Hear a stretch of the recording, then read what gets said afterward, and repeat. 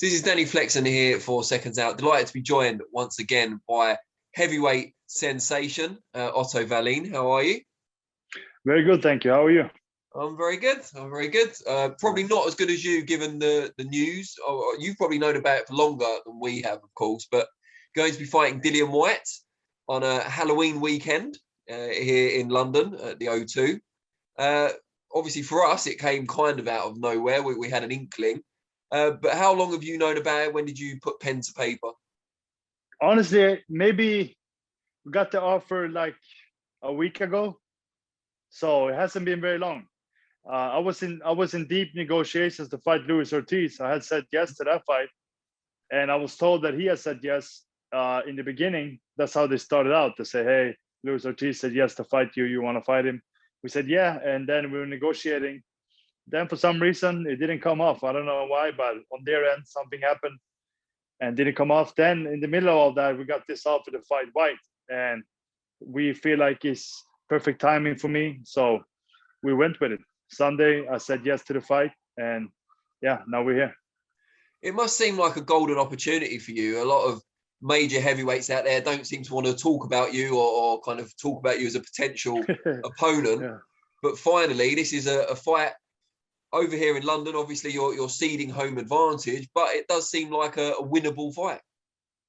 Yeah, for sure. I mean, I think it's good timing for me. Dillian Whyte is a good fighter. He's highly ranked, and he's beating good guys. But he's been in a lot of wars. He's been knocked out twice. He's been hurt numerous times. And, I feel like he's been aging a little bit lately. And myself, I'm 30 years old, but I'm fresh. I haven't been in those wars. And, I'm a smart fighter, intelligent fighter. And we feel like it's perfect timing. And it's a big fight, the WBC endurance title. So we're happy.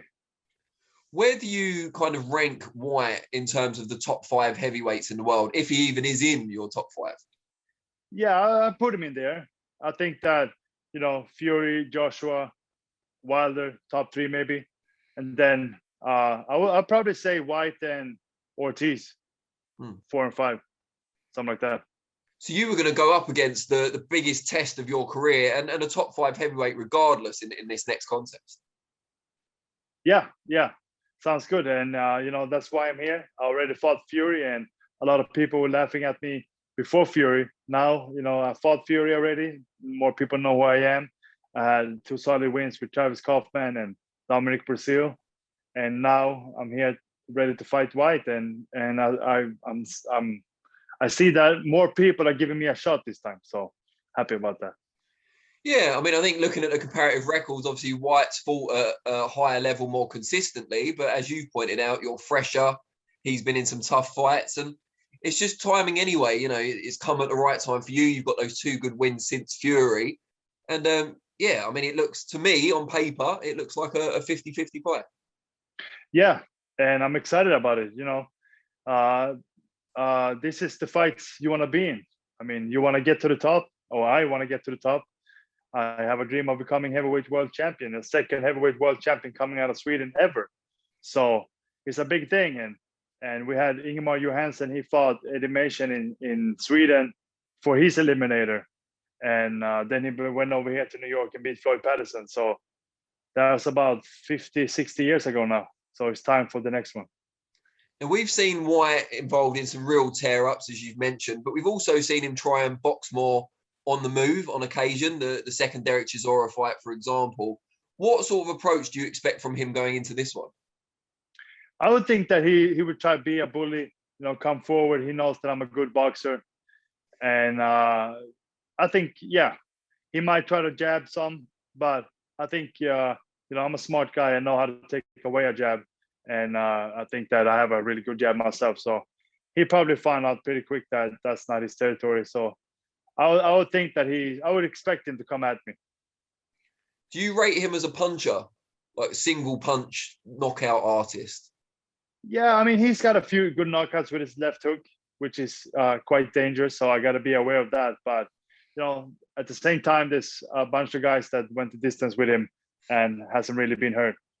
So, he has the punch, but you got to be able to land it also. And do you think you perhaps punch a bit harder than your record might suggest? I think so. I think that it's a combination of speed, power, and precision, and good timing. And this opportunity obviously came about, as we said, at the perfect time. Should you get past Whyte, where does that leave you? Because there's obviously the shake-up at the top. We don't know if Joshua and Fury are going to end up fighting. That's if both get through their next fights as well, which we can talk about in a minute.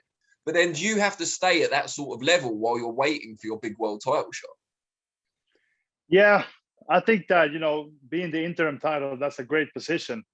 And I feel like that's the way I will have to force a rematch with Fury or to fight the champion. So, it's a big, big opportunity for me. And, a win here will open every door. And, if I win, I got to be smart about it and make sure I get the title shot. And were you surprised that this was a fight that Whyte's team wanted and that they were looking for? Because he, in theory, has everything to lose. Yeah, he does.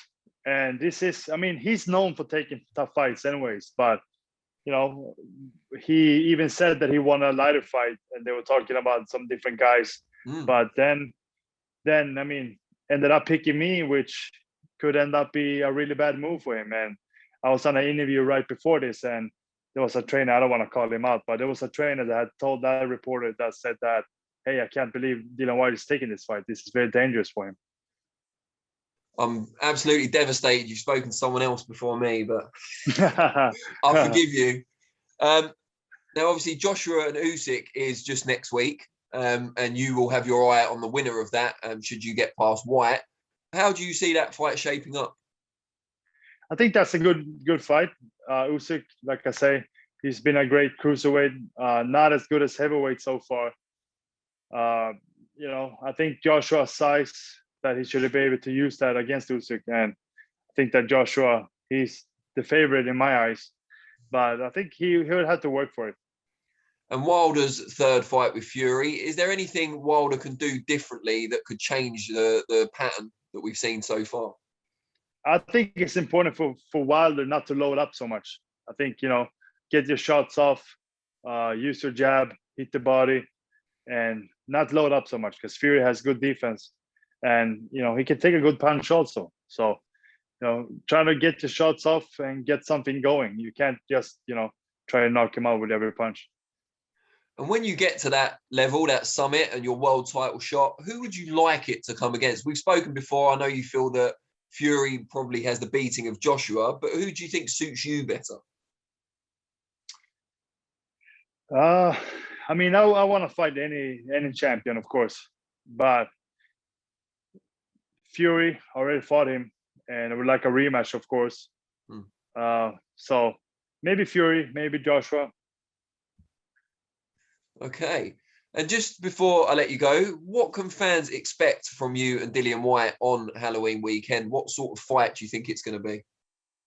I think honestly that I'm gonna show that he has a lot of holes in his game and that I'm a really smart fighter. And what happened with Fury wasn't a fluke. And everybody can see me again now, and at home in the UK, even better for you guys. And I think it's gonna be a great fight, and I'm very ready for it. Brilliant. Well, really appreciate your time. Very best of luck, and I look forward to seeing you when you're in London. Thank you. Sounds good.